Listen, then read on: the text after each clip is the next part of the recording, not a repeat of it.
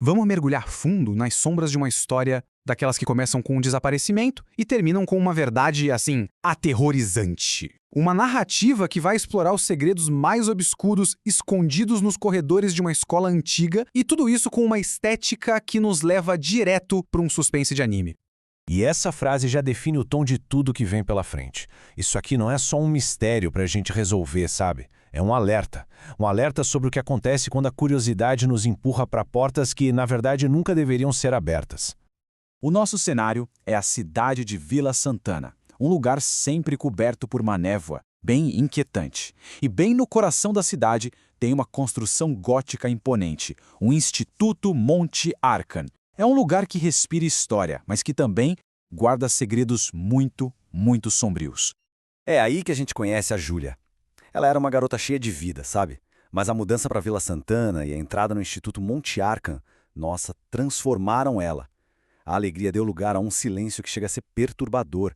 Ela virou uma sombra nos corredores, como se a própria escola estivesse sugando a essência dela. E então o que parecia inevitável acontece. Depois de semanas agindo de forma estranha, se isolando de todo mundo, a Júlia some. Simplesmente some. Sem testemunhas, sem deixar nenhum rastro. Só um vazio onde ela costumava estar. A história diz que foi como se a névoa da cidade a tivesse engolido, deixando para trás só um silêncio pesado e um monte de perguntas. E é aqui que o Lucas entra na história. Ele era aluno novo e foi um dos únicos que reparou no comportamento estranho da Júlia antes dela sumir. E agora, o destino dele se cruza com o dela por causa desse objeto, um caderno de capa preta, a única pista que existe e o começo de uma investigação que ele nunca quis fazer parte. Agora a gente passa a ver as coisas pelos olhos do Lucas. Logo no primeiro dia dele no instituto, ele já sente aquele peso, sabe? O peso dos segredos do lugar. E é a partir dele que o mistério principal começa a se desenrolar. Essa é a pergunta que ecoa pelos corredores, mas só em sussurros. A Sala 12. Um lugar que, oficialmente, nem existe nos mapas da escola. Um nome que os alunos só mencionam com medo. É como um fantasma na arquitetura do colégio, mas um fantasma com consequências bem reais. O Lucas dá de cara com essa porta.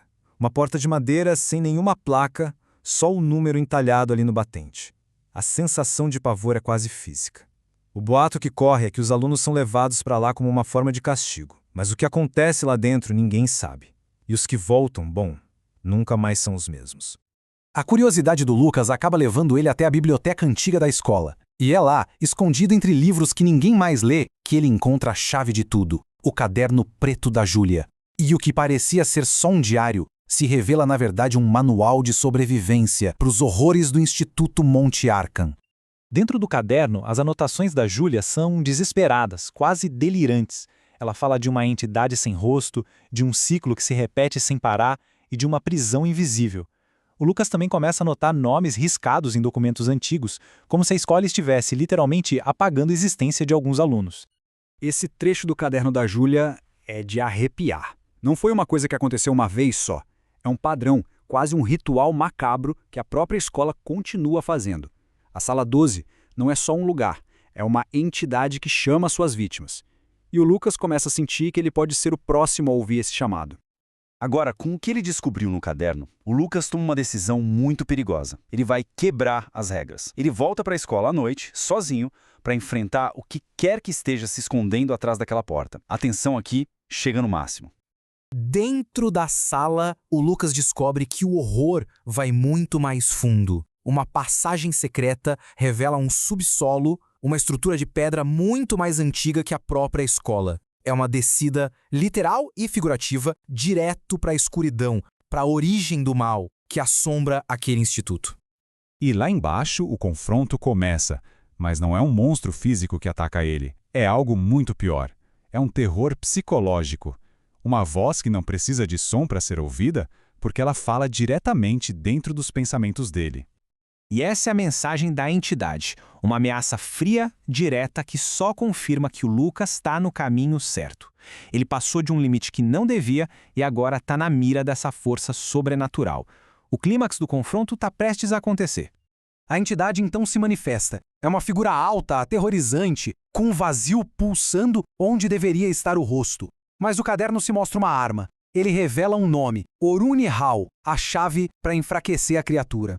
Usando esse nome, ele consegue banir a entidade e, para surpresa dele, encontra a Júlia, viva, presa nas profundezas da escola.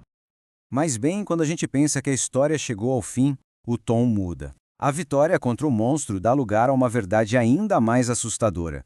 O horror não era só aquela entidade, mas um sistema muito bem organizado por trás de tudo. E aí a conspiração se revela por completo. A escola não só esconde a verdade, ela reescreve a verdade. A realidade é manipulada.